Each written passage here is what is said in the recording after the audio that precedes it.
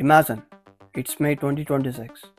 You have just spent 4 years and $80,000 on a degree in marketing, accounting, or computer science. You walk across that stage, grab your diploma, and open LinkedIn. But there is problem. The entry-level job is gone. Not moved overseas, not outsourced to a cheaper city, but deleted from the economy entirely.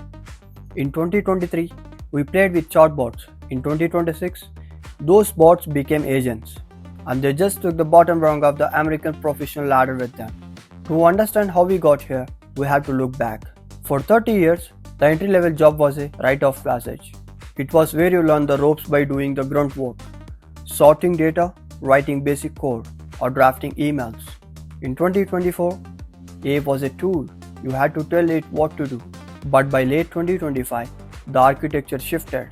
We moved from large language models to large action models.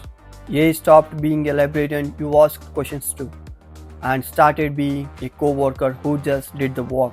This is the agentic revolution.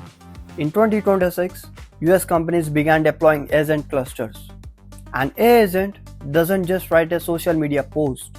It researches the trend, generates the image, schedules the post, responds to the first 1,000 comments, and adjusts the ad spend in real time based on the ROI. For a Fortune 500 company, why hire 5 junior analysts at $70,000 a year each, when a single $2,000 a month server cluster can do their entire week's work in 6 seconds with zero health insurance costs?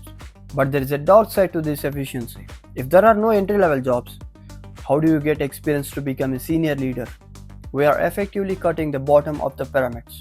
US lawmakers are scrambling. Is it time for a robot tax? Or is the American dream officially on life support? There is also the issue of AI fatigue.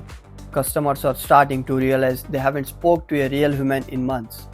And the uncanny valley of 2026 tech is creating a massive psychological rift in the workforce. So, is the entry-level job dead? Yes, but the human agent orchestrator is born. The future belongs to the company of one. In 2026, you don't look for a job, you deploy a workforce.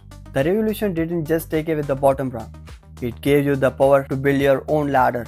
The question is, are you ready to lead an army of one?